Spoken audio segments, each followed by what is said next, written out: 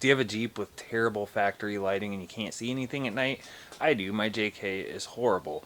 So this video is brought to you by Auxbeam, and today we are going to completely upgrade all the lighting on the JK. So this is all the stuff we're going to be installing. These headlights are meant for JKs. I'm sure they'd work with anything with those rounds. These are definitely JK specific with the brackets that they work. Now all of these have DRLs, so they have an extra wire that you can hook up to a switch or to key power, and they'll have a little DRL that runs at night. On the fog lights, the DRL's the X piece in the middle. On these awesome 5-inch X Pro pod lights, you get white DRL, turn signal, and there's also amber covers, which I'm going to be running. The only problem with these is I kind of want to run them on this Jeep instead of the JK, so that's to be undecided. And these also have a DRL in the halos. I haven't decided yet whether I'm going to run all those DRLs to keyed ignition power so that they're just on all the time, or if I'm going to run them to the headlight / running light power so that they only come on when I've got lights on. Speaking of light, I'm losing my daylight, so I better get installing these lights, and hopefully by the time I get them physically put in there, I'll figure out which way I want to wire it, and I'll show you how I do it. So this is what I'm working with. These I actually got a pretty clean set. The old ones were really hazed up, but they still don't put out a ton of light. These are the OEM fog lights from 2007, and they are so hazed over you can't see nothing. For now I need to get this grill off here so we can get going.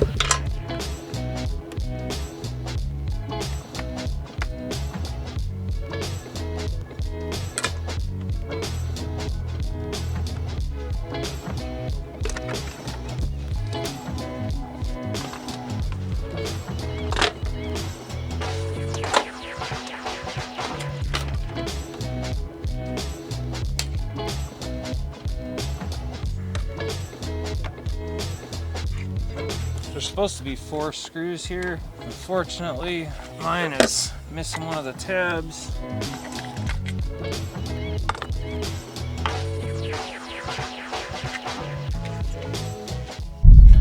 You hear that thunder? That's not what I wanted. But let's see if we can get these old fog lights out of here.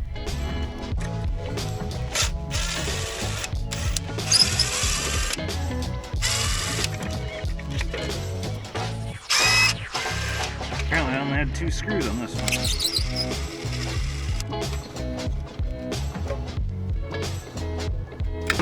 Wanted to compare these plugs to see if they're the same, and it's a wide 2-pin. Wide 2-pin. It says here that if you have a 2010 and up, then you have to use... Wait, that's the wrong box. Then you have to use this adapter thing, but it looks like I don't have to. So these are adjustable with that screw, and you need to make sure that screw is pointing down, so the tab with the 2 holes on it on both sides goes on the top. Looks like they fit good. These are not the right screws, and obviously this is a aftermarket bumper, and I used whatever screws would fit into the bumper. They might be a little too big for these holes in the new light, so I might have to enlarge them just a little bit.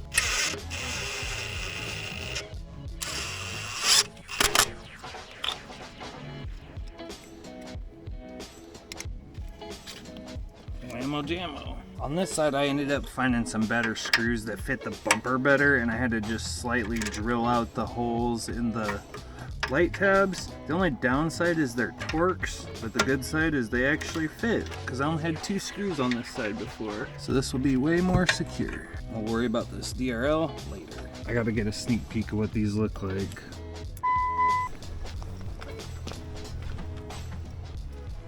It's pretty sweet. I got that one in crooked. Yep, I gotta straighten that one up. So it appears the light wasn't crooked. It's actually the holes in my bumper. They're drilled on a bit of a plane. It's probably hard to tell on the camera, but I can see it with my eye. The one on the left is higher than the one on the right on both sides. So the whole thing's kind of cocked that way. Started raining on me, so I'm done for tonight. Moving on to the headlights, I'm going to show you a couple tricks I use to keep the harnesses from coming unplugged, because on my Jeep there's little locking red tabs and they're broken. They don't hold it, and you don't want this rattling apart while you're driving. So the light comes with this pretty standard thing and then this adapter. So the first thing I do is just get that plugged in. So I like to just put some electrical tape on here to keep this connection from rattling apart when you're going down rough roads or off-roading or whatever. We got our little red lead for the DRL, and it comes with this extension. So we're just going to go ahead and plug that in now because it's easier to do it here than it is once it's inside the grill. There, now that should make a fairly watertight connection anyway. So this is what I was talking about. There's supposed to be a red locking tab there, and it doesn't exist. So there's really nothing to keep this from just, it doesn't really click together. It's not the fault of the light, it's the fault of my Jeep. Yeah, see, so once you get it together, it just pulls right apart really easily.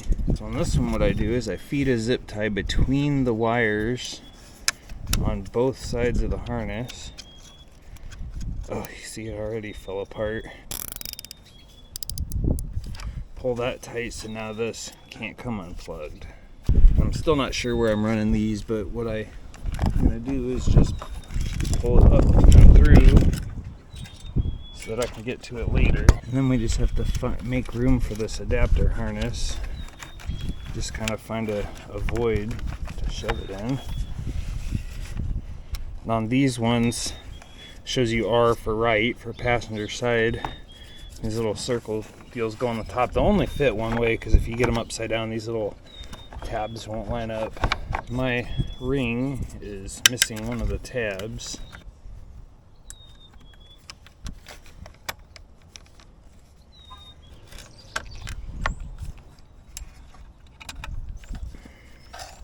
And like I said, my fourth one is broken off, so I can't do that, but it should be all right.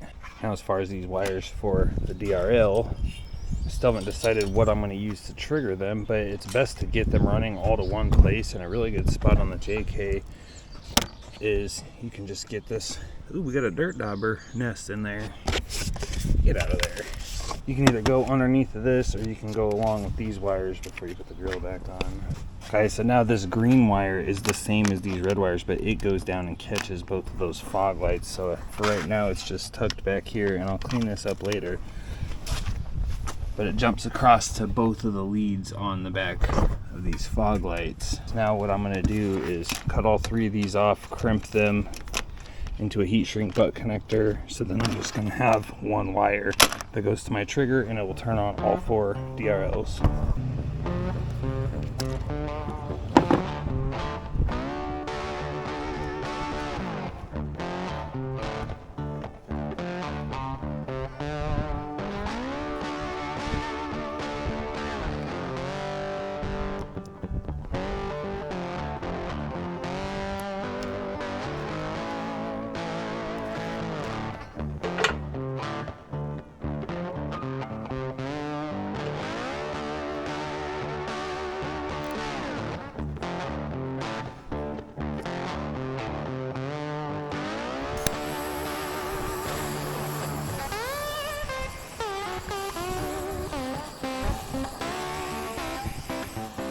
So I really wanted to hook this up to taillights, which would be one of these two blue fuses, and it's really hard to get.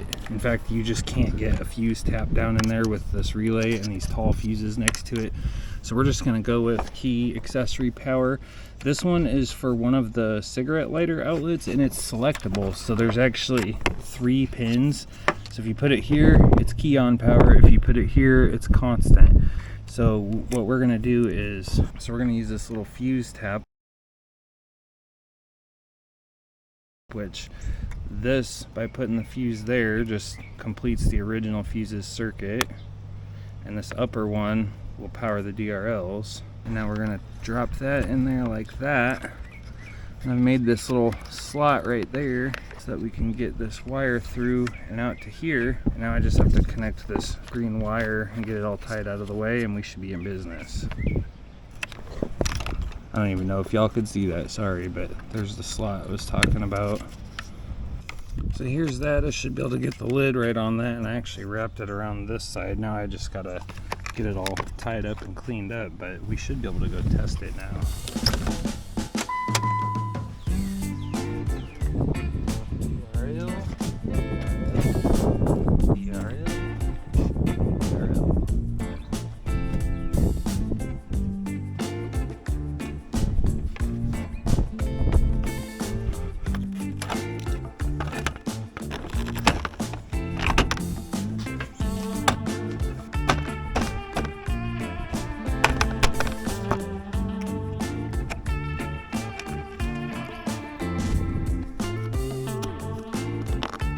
decided these ones are gonna go on this Jeep instead, so those will come later. Now I suppose we just gotta wait for it to get dark out and I'll show you what they look like. So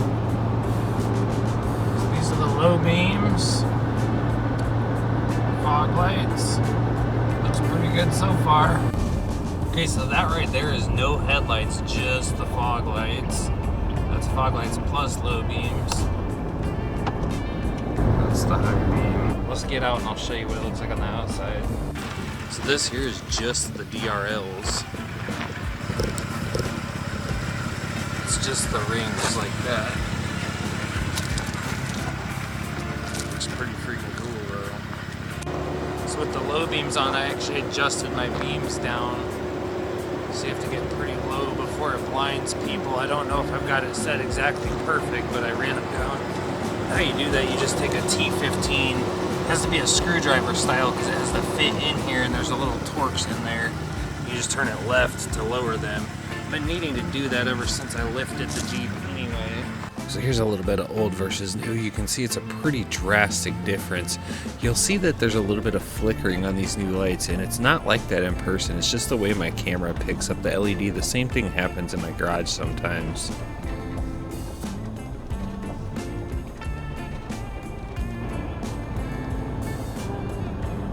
I guess I forgot to show you what the low beams look like if you don't have the DRLs on. It's just the top half of the headlight like that. But my DRLs are on the minute I turn the key. Like I said, I did have to adjust my headlights down a little bit. I've been meaning to do that ever since I put the lift on. But I previously had a different set of LED headlights on here and they were terrible and everybody flashed their brights at me. And I just drove around for half an hour and I didn't get flashed once after I adjusted those down. I still need to fine tune it to make them even. The way you're supposed to do it is park 25 feet away from a wall, then mark a line 3 feet up on the wall and just adjust them till the light is just at or below that mark. I'm pretty confident I got it pretty close just because it looks pretty good going down the road. I'm pretty blown away at how much better I can see with these lights, and I'm not just saying that because I got them sent to me, which by the way, thank you auxbeam. I'm saying that because I have a little bit of night blindness and astigmatism, and those just factory yellow lights I just struggle so hard to see, especially when it's raining. And to me, these LED white headlights are just way better to see when it's raining. If y'all want to get yourself a set, I've got a discount code. I believe it's FLDORD12, and I'm pretty sure it's 12% off, but it might be 15. I'm not sure. Click the link below and head on over to auxbeam and find out. And thanks for watching.